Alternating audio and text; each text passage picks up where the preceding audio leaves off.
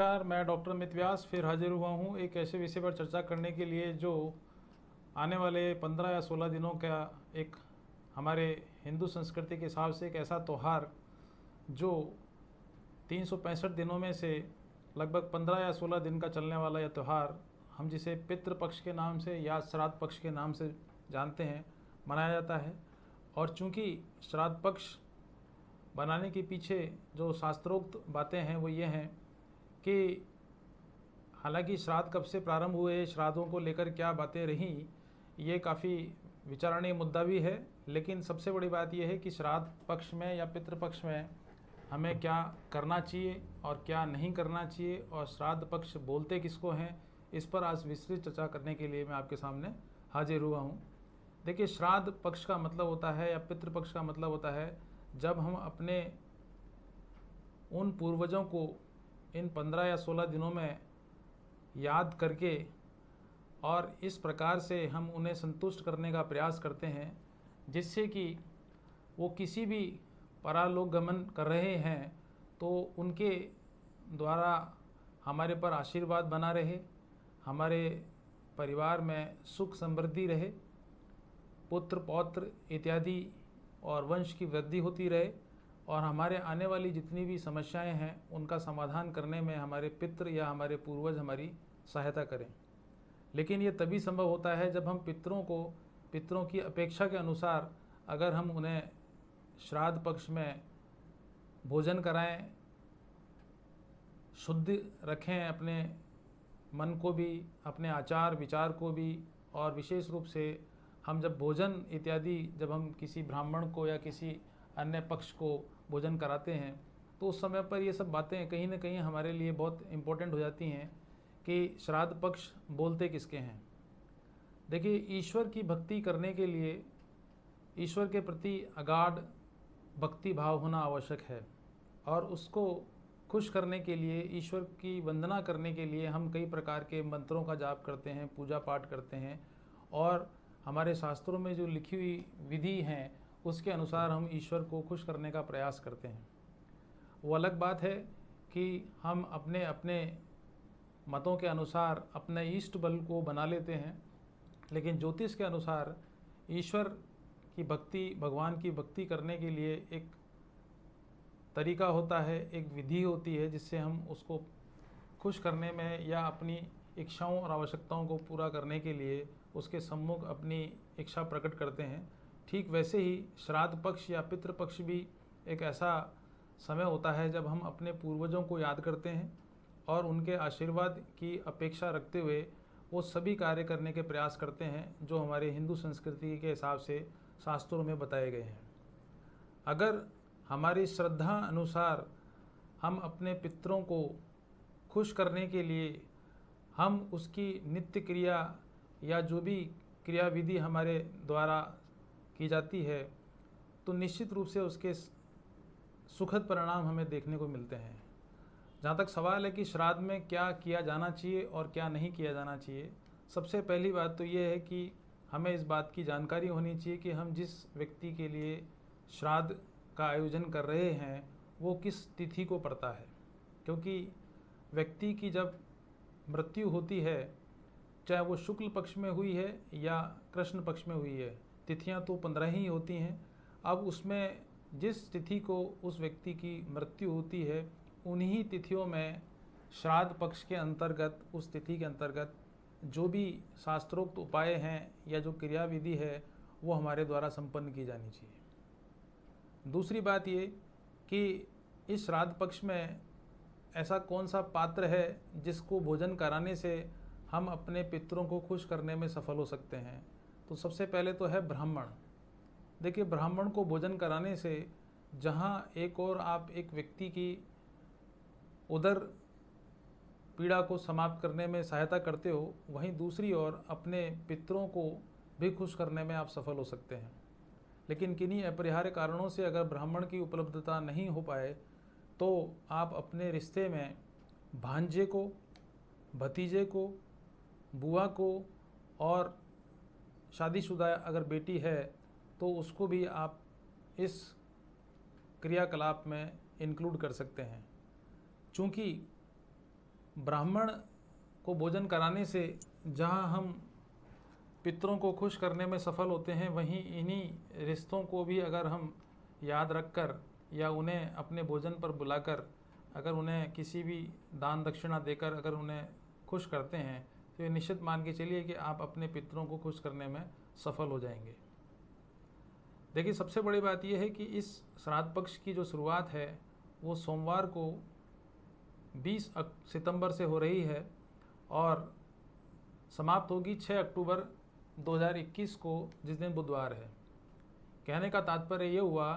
कि सोमवार से जब श्राद्ध पक्ष प्रारंभ होते हैं तो निश्चित मान के चलिए कि शिव जी की अनुकंपा हमारे पितरों पर रहे और हमारे पितरों के माध्यम से हमारे परिवार पर भी सुख समृद्धि बनी रहे। इसलिए आवश्यक है कि कुछ 4-5 बातें आपको विशेष रूप से ध्यान रखनी है कि श्राद्ध पक्ष में आप कोशिश ये करें कि घर में शुद्धता बनी रहे। महिलाएं जब भी भोजन बनाएं तो नहा धोकर बनाएं, शुद्ध होकर बनाएं। दूसरा, आपकी जो श्रद्धा है उसी अनुसार आप भोजन को निर्मित करें और सुयोग्य व्यक्ति को भोजन कराएं। साथ ही उसे दक्षिणा अवश्य रूप से दें। दूसरी बात ये कि जब तक कि श्राद्ध चलेंगे आपको चाहिए कि प्रतिदिन गाय को हरा चारा और रोटी प्रतिदिन खिलाएं, चाहे उस दिन आपके घर में किसी का श्राद्ध हो अथवा न हो। दूसरी बात, श्राद्ध पक्ष में अगर प्रतिदिन कुत्ते को रोटी अगर आप खिलाते हैं तो ये निश्चित मान के चलिए कि जिन अतृप्त आत्माएं या पूर्वजों को अगर किसी भी प्रकार की समस्या हो रही होती है तो ये निश्चित मान के चलना कि इस प्रकार का कार्य करने से उनको काफ़ी खुशी मिलती है, जिसके परिणाम स्वरूप हमारे परिवार में सुख समृद्धि में वृद्धि होती है और हमारे आने वाली समस्याओं का समाधान भी हम कर पाते हैं। देखिए, जब हम भोजन बनाते हैं और जिस दिन श्राद्ध हो उस समय 4-5 बातें विशेष रूप से ध्यान रखें। पहली बात तो ये है कि उस भोजन से 4 ग्रास यानी 4 टुकड़े जो हैं, जो भी आपने बनाया है भोजन, उसके 4 ग्रास निकाल के बाहर रख दीजिए। पहला जो ग्रास होगा वो होगा गाय के लिए, दूसरा ग्रास होगा आपके कुत्ते के लिए, तीसरा ग्रास जो होगा वो होगा आपके मेहमान के लिए, और चौथा ग्रास जो होगा जिसके निमित्त हमने ये श्राद्ध का आयोजन किया है। तो ये 4 अगर आप अलग अलग करके चीज़ें निकाल देते हैं,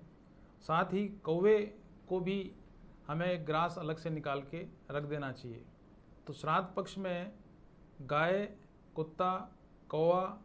और आने वाला घर में कोई भी अतिथि, ये 4 ऐसे विशेष व्यक्ति होते हैं जो हमारे पितृ पक्ष में या श्राद्ध पक्ष में बहुत महत्वपूर्ण भूमिका अदा करते हैं। तो ऐसी स्थिति में आपको चाहिए कि आप इन 4 ग्रासों को निकालें और भोजन कराने से पूर्व या भोजन करने से पूर्व जब तक ये 4 व्यक्तियों तक ये चीज़ें नहीं पहुंच जाती तब तक आप स्वयं भोजन भी न करें। और कोशिश ये करें कि मध्याह्न काल यानी कि लगभग 11:15 से लेकर और 2 बजे के बीच के दौरान अगर आप इस प्रकार की गतिविधि को संपन्न करते हैं तो निश्चित मान के चलिए कि आप अपने श्राद्ध पक्ष में और पितृ पक्ष की जिस अपेक्षा से आपने ये पूजा अर्चना की है उसका लाभ आपको उत्तरोत्तर मिलेगा। देखिए, सूर्य और चंद्रमा 2 ऐसे ग्रह हैं जिनके लिए जब हम तर्पण करते हैं या ब्राह्मण के माध्यम से तर्पण करवाते हैं तो सूर्य को भी उसमें जल चढ़ाया जाता है। दक्षिण में मुंह करके तर्पण किया जाता है पितरों के नाम से, क्योंकि दक्षिण में पितरों का निवास माना गया है शास्त्रोक्त के अनुसार। दूसरी बात ये कि हमारे घर में अगर कोई मेहमान ऐसा आता है श्राद्ध पक्ष में तो आप ये मान के चलना कि ये आपके लिए बहुत खुशी की बात है, क्योंकि जो आने वाला मेहमान होता है वो निश्चित रूप से अगर आप उसको भोजन इत्यादि कराएंगे तो कहीं ना कहीं आप अपने पितरों को भी किसी न किसी रूप में याद कर पाते हैं। दूसरा, उसकी संतुष्टि जो है कहीं ना कहीं आपके पितरों की संतुष्टि से जुड़ा हुआ मुद्दा होता है। तो ये सब बातें आपको ध्यान में रखनी है। और मैंने जैसा कि बताया कि गाय को प्रतिदिन चारा खिलाना या रोटी खिलाने वाला जो नित्य क्रम है वो तो आपको करना ही है। साथ ही आपको 4 बातें या विशेष रूप से ध्यान रखनी है कि जिस दिन भी श्राद्ध हो उस दिन शेविंग यानी पुरुष जो समुदाय है वो शेविंग नहीं बनाए या बाल कटिंग करने का काम घर में नहीं होना चाहिए। दूसरी बात ये कि कोई भी नवीन वस्त्र उस दिन आप अगर खरीदें तो वो कोशिश ये करें कि उस श्राद्ध पक्ष को मनाने के बाद ही उस चीज़ को खरीदने का प्रयास करें। तीसरी बात ये कि शराब, मांस, मदिरा इत्यादि से दूरी बना के रखें और घर में ऐसा वातावरण तैयार रखें जिससे कि घर में सुख समृद्धि जैसी स्थिति आए। और जिस दिन श्राद्ध हो उस दिन लोबान धूप बत्ती अवश्य रूप से अपने घर में जलाएं, जिससे कि घर में पितरों का आगमन और पितरों का जो प्रस्थान है वो बड़ा आसानी से हो सके। और दूसरी बात ये है कि घर में उस दिन गंगा जल विशेष रूप से छिड़कें, जिससे कि घर में कोई नेगेटिव एनर्जी अगर हो तो वो बाहर निकल जाएगी। तो ये सब बातें आपको इस श्राद्ध पक्ष में ध्यान रखनी है। और ये श्राद्ध पक्ष निश्चित मान के चलिए कि हमारे परिवार, हमारे समाज, हमारी हिंदू संस्कृति का बहुत बड़ा त्यौहार है, क्योंकि ये 15 दिन चलने वाला त्यौहार होता है। और इस त्यौहार में हर व्यक्ति के जीवन में कोई न कोई ऐसा पितृपक्ष होता है जिसकी श्राद्ध पक्ष में पूजा करना या उसके रिगार्डिंग कोई भी तर्पण करना या पूजा पाठ करना या श्राद्ध पक्ष में भोजन निकालना बहुत आवश्यक होता है, जिससे कि पितरों की आत्मा को शांति मिलती है और जिसकी वजह से हमें भी क्या होता है, हमारे आने वाला जो वंश है उसमें वृद्धि होती है, सौभाग्य में वृद्धि होती है। और निश्चित मान के चलिए परिवार में कहीं न कहीं किसी न किसी भी समस्या का समाधान अगर हमें करना है तो श्राद्ध पक्ष इससे श्रेष्ठ दिन कोई नहीं होते हैं। तो मैं आप सभी लोगों से आग्रह करूंगा, विनती करूंगा कि आप इस त्यौहार को, जिसे हम श्राद्ध पक्ष के नाम से जानते हैं, उसे अपनी शुद्धता के साथ आचार विचार और विशेष रूप से हिंदू संस्कृति के अनुसार जो भी क्रियाकलाप ब्राह्मण द्वारा बताई जाएं, जो बातें मैंने बताई हैं, इन सब बातों का अगर आप पालन करेंगे तो निश्चित रूप से ये त्यौहार बहुत अच्छा, सफल और सुखदायी होगा। नमस्कार।